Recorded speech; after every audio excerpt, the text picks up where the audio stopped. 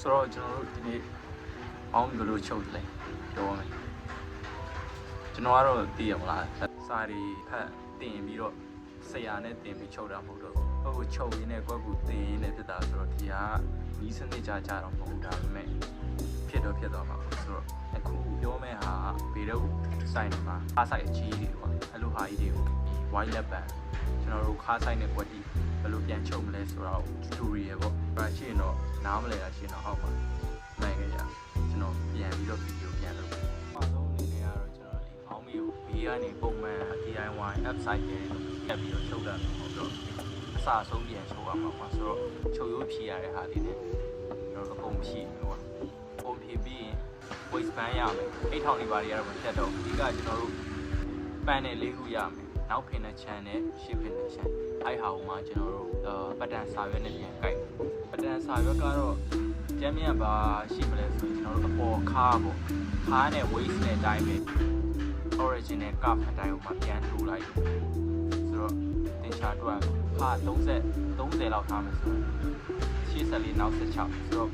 ရှေ့ပန်နဲ့နှစ်ခုပေါင်း14ရှိရမယ်ဆိုတော့ခွန်ရှိရမယ်ပေါ့နောက်16ကတစ်ခု8ရှိရမယ်အဲ့ဒါကိုမှအချုပ်စာချမ်းမှာကလက်မဝက်ချမ်းမှာလားဒါမှမဟုတ်ဘယ်လောက်ချမ်းမလဲတွက်ပြီးတော့ချုပ်အဲ့တော့အရင်ဆုံးအဲ့ပန်နယ်တွေကုန်ဖြတ်ပြီး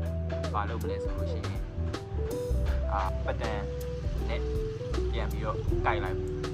အဓိကတော့အပြင်ဘက်ကမကိုက်ဘူးပေါ့အဓိကတွင်းထဲကပြန်ကိုက်ပေါ့တွင်းထဲကကိုက်ပြီးလို့ရှိရင်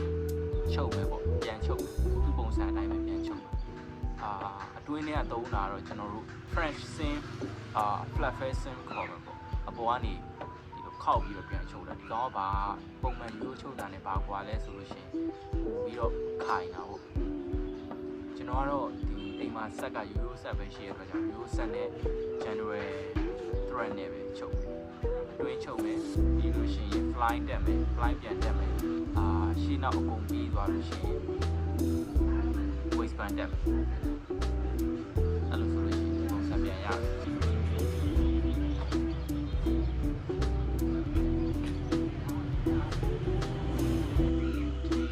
ကနောက်ပြင်ဒီ white ဒီအကွေးနားမို့ရှေ့ကွာဘယ်လောက်ရှေ့မလဲဆိုတော့ချုပ်ရင်းနဲ့တင်တာကောင်းတယ်ပုတ်ပူနားလေတော့ချုပ်လိုက်လို့ရှိရင်တော့နားလေတော့နှစ်ခါသုံးခါလောက်ချုပ်ပြီးဒါပေမဲ့အဲ့ဟာအပေါ်မှာမေးရင်တရားရှိဆိုလို့ရှိရင်တော့ကိုမမအဲ့ကျွန်တော်ရှင်းပြမယ်ဒါပထမဆုံးဗီဒီယိုဖြစ်တဲ့အတွက်ကြောင့်မလို့ question တွေတော့များနေလိမ့်မယ်နားမလဲတာတွေတော့များနေလိမ့်မယ်ဆိုတော့အဲ့ဟာကိုကျွန်တော်နားလဲတဲ့လောက်ဖြည့်ပေးမယ်ကိုမမှန်ခဲ့ကြလိုချင်တဲ့ tutorial ရှိရင်လည်းကိုမမှန်ခဲ့ကြကျွန်တော်နောက်ထပ်ဗီဒီယိုတွေလာပေးမယ်ဆိုတော့ဆင်ပြေကြပါစေ bye bye